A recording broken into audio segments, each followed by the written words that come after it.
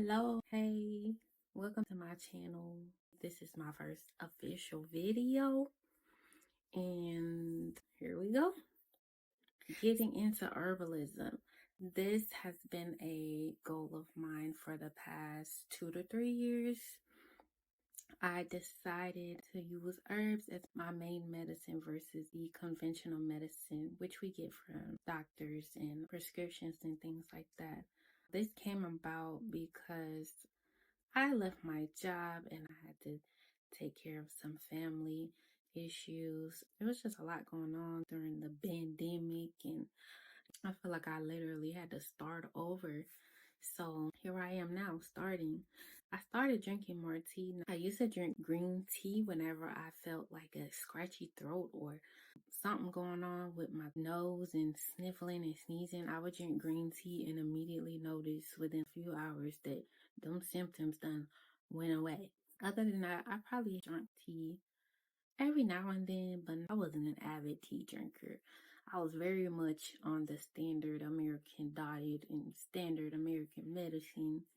Ibuprofen, Tylenol, Advil, all of those types of things, birth control, just all of the regular stuff that we see. It's mainstream. That decision to leave my job ultimately led me into a period of deep thought and really analyzing my life up to that point.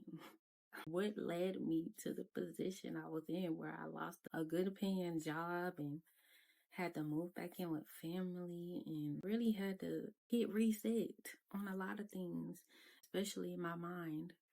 I'll get into the backstory and share more about my journey as we move along and journey together on this channel. I appreciate you for watching thus far. Stay tuned as I get into a few of the essential things you need in your herbalism studies. Number one, here's one book that I purchased, and along with this one, I got both of these from Amazon. These are very beginner friendly books.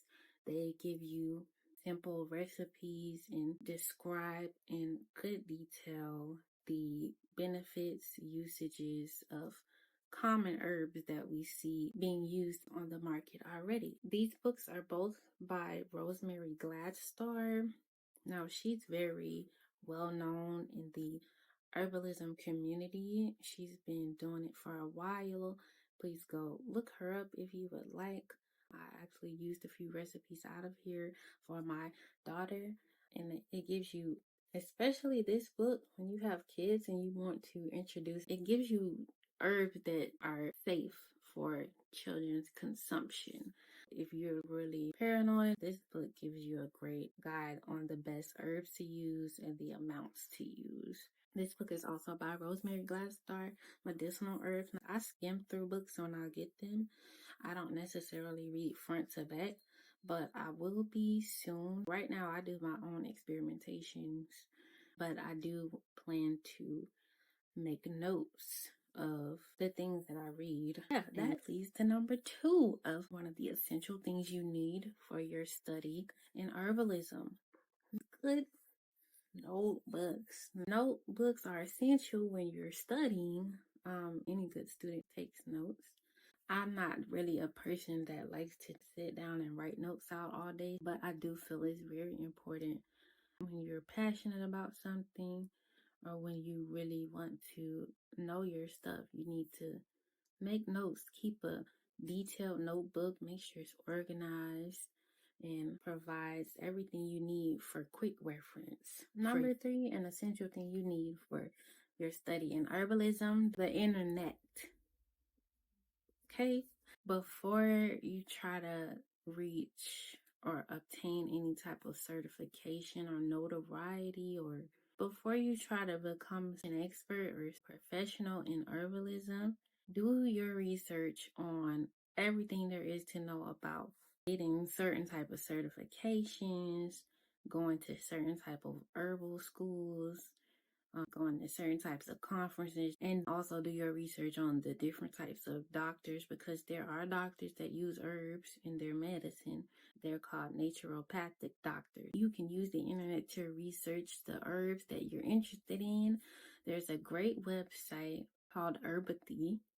that I've been using appears very reputable. If I'm wrong, someone please correct me, but I just use it for quick reference for whatever herb I'm about to use.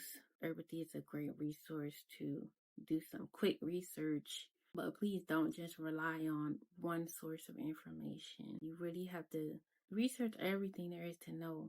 Even look up popular people in the field and just all the types of things that go on in the world of herbalism. Last and not least, number 4, follow a mentor.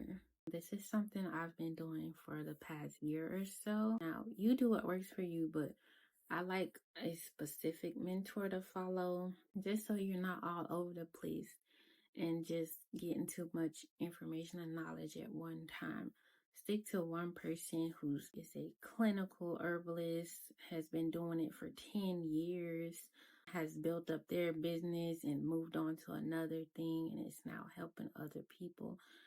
Get one of those types of mentors, and I promise you it'll be one of the best investments ever. Especially if you want to sell tea and just do other things in the herbal world. I strongly recommend a mentor. Those are the 4 things you need to start your studies in herbalism. I hope you found some value and got some great information on your journey into herbalism. If you have any comments, please leave them below. I'm open to improving and sharing this space and building a supportive community, not just around herbs, but around being moms, being brown women. Make sure you like and subscribe, and I'll see you in the next video.